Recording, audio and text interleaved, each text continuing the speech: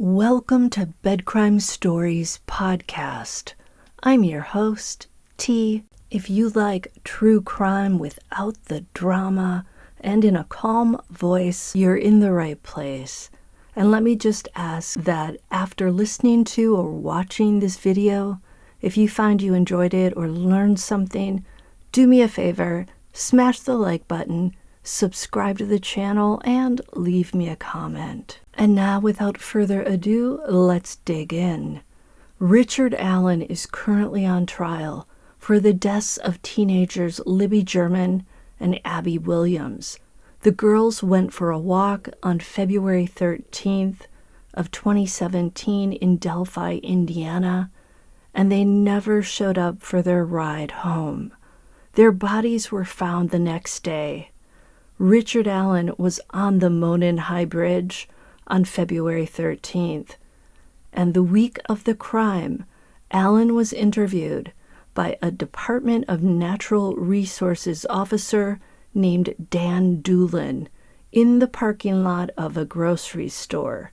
True story, rather bizarre. Now, this was likely before the video that Libby took of the man on the bridge was released to the public.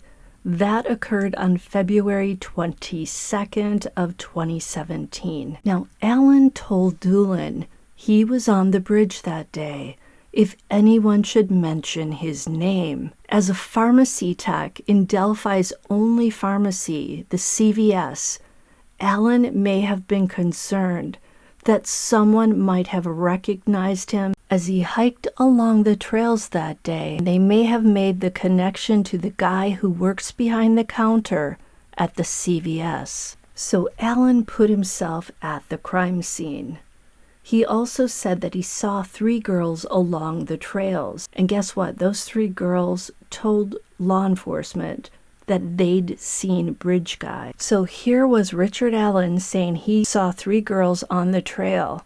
And here were the 3 girls in their interviews saying that they had seen Bridge Guy. Dan Doolin wrote a short summary of the conversation he had with Allen, and he handed it over to the investigators. Fox 5 and CBS 4 were told the original interview with Allen was misfiled in the case system, perhaps by an investigator who believed that Allen's name was Richard Allen Whiteman. You see, Richard Allen and his wife lived on a street called Whiteman. Now, it wasn't until September or October of 2022 that a retired government employee named Kathy Shank volunteered to help run the investigative office. She was reviewing Doolin's file and stumbled on Allen's original interview. She immediately took it to detectives. Well, the interview caught the detectives' attention, and within weeks, they allegedly linked a weapon of Allen's to an unfired bullet found at the crime scene. This is when Allen was charged with Abby and Libby's deaths. Allen was quickly incarcerated at the Westville Correctional Facility, a maximum security prison, and he was placed in solitary confinement in an internal cell house containing the most dangerous criminals. Allen was locked away for his own safety. The then Carroll County Sheriff, Toby Lesenby, was concerned that he would not be able to keep Allen safe in his small country jail, where relatives of the girls might also be housed.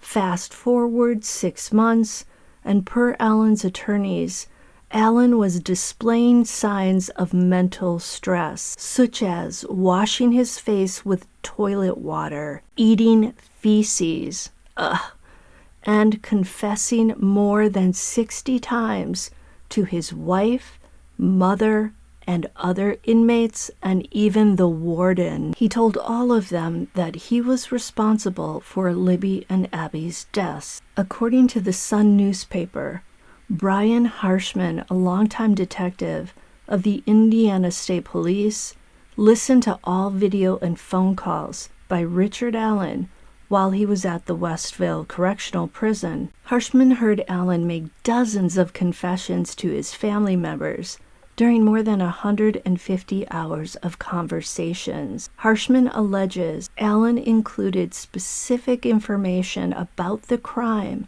that only the perpetrator would know.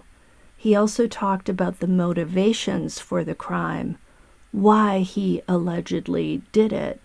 Now, these confessions began in March of 2023 after Alan began reading a Bible in his prison cell. Can I get a hallelujah? Alan proclaimed that he'd found God. Alan expressed a wish to atone for what he'd done to the two girls. Many of his statements were made to his wife and mother, who initially reacted with disbelief and shock, I'm sure. Who wouldn't be shocked by their husband telling them that? And as time went on, and Alan continued to make incriminating statements to his family, they began to tell him to stop talking. Shut the F up. Now, in one of these confessions, Alan allegedly told an inmate that he had used a box cutter in the crime and later disposed of it outside the CVS where he worked. And by the way, the weapon used in the crime has not been found. So Alan's attorneys say that these are false confessions born out of a stress-induced psychosis that was triggered by how he was kept in solitary confinement in the prison. Basically, they're saying he lost his shit while he was all by himself in that cell. So the confessions only subsided when Alan was injected with an antipsychotic medication called Haldol. Now, I looked it up, and according to the Mayo Clinic website, Haldol treats schizophrenia, and it's also used to manage tics and vocal outbursts if you have Tourette's syndrome.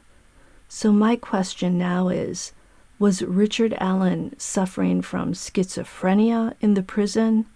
And if so, did he suffer from schizophrenia before this? Now, there were rumors on Reddit that Alan had been admitted to a psychiatric clinic or hospital not long after the crime, and also another time before the couple moved to Delphi. So what triggered those episodes? And is this a man who's had mental health issues for a long time, and not just mental health issues brought about by being in solitary confinement? I'm going to leave it there for today, and I'll see you next time on Bed Crime Stories.